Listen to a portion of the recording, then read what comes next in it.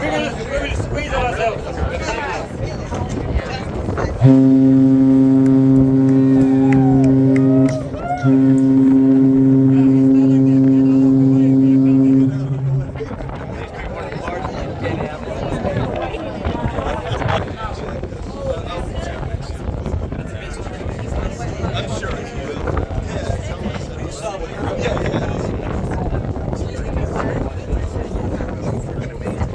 Quite a sight, I have to tell you, so you better all get up on the deck and have a look at it. The Corinth Canal is actually joining the Ionian Sea on the west part of Greece, between Greece and Italy, and the Aegean Sea on the east side, which is between Greece and Turkey. Sailing from Corinth, the legend got into the Corinth Canal at the west end of it, and now we are on the eastern end.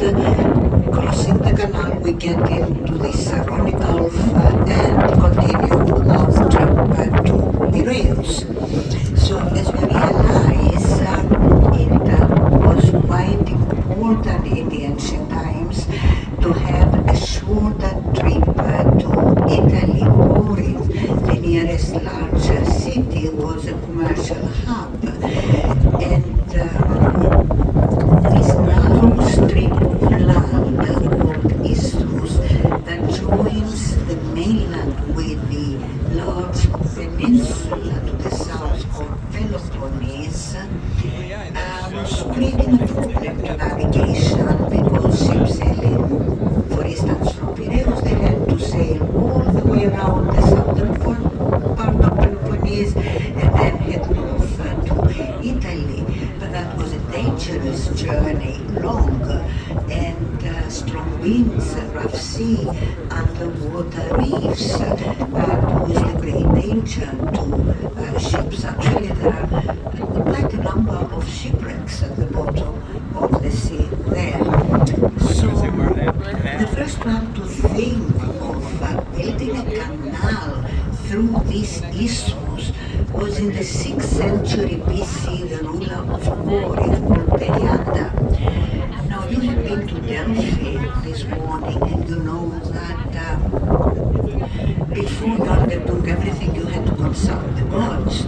So Periander sent a delegation to ask the god whether he should build the canal, and the god said no, because if Zeus wanted to have Peloponnese as an island, he would have done that by himself.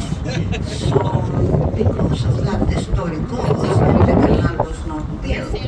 Well, actually, it was the technology was not advanced at the time, with problems and the cost of it.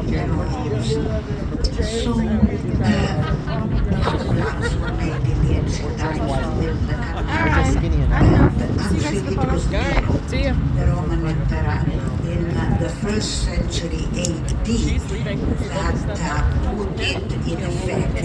He brought 6,000 Jewish prisoners, dividing them into groups, and they started building at the two ends of the isthmus, and the plan was to meet in the middle, something like what they did in the modern times, building the tunnel in the British Channel. Okay, so the works were going on for 6 months, but then Nero was assassinated, and for that reason the works were abandoned, and there wasn't any effort in the future to build a canal. Actually, at Nero's time, half of it was completed. So quite a lot of work was done. Then, in the modern times, in 1881, a company was established that would build the modern canal. As you realize, even a small ship, a sailing boat with a long keel, cannot cross the canal because it's not deep enough. Now, the problems with the canal is the consistency of the soil. You probably have noticed these wide areas. These were not originally like that, but there are a lot of landslides.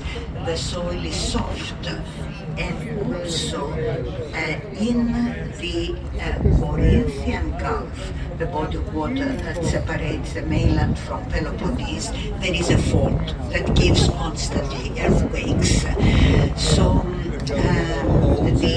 that's why they are working here to solidify the sites because in the recent years the canal was closed for about 3 years. They were working on it.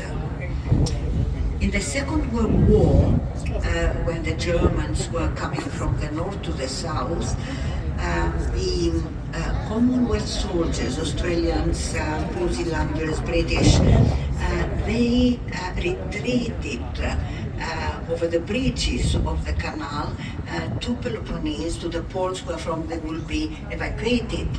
But the Germans sent paratroopers and they got hold of the bridges, and a large number of Commonwealth soldiers were taken captives. On the other hand, the Germans retreating at the end of the war, 1945, they blasted the sides of the canal and they blocked the canal with vessels they threw in, train wagons, cars. It took 5 years to clear it, restore it, and give it back to service. So, about 30 ships per day, average number, cross the canal nowadays. Now, in the ancient times, the canal was not built, but the Corinthians had to shorten the sea voyages. So what they did is they built a paved road. The Corinthians had 2 ports. One port on the Corinthian Gulf and one port on the Saronic Gulf. Corinthian Gulf at the north, Saronic Gulf at the south. So they joined these 2 ports with this paved road where they had a wooden platform that ran on wheels. So when a ship was calling at any port, it got unloaded from its wares. They would put it on the platform. Oxen will pull it to the other end. There it got reloaded, placed back into the water, and continue its journey. Now, this device saved about a week's time in the journey from Greece to Italy. Of course, the city to prosper was Corinth because there were taxes and tolls to be paid. And this road was called Diolkos, from the ancient Greek word to hold a cross. Nowadays, you can see part is not our spot at the 2 ends of the canal. Diolkos was operating for 1,100 years, from 600 BC to 500 AD. After that was abandoned. There was no commercial activity in the area, there was no need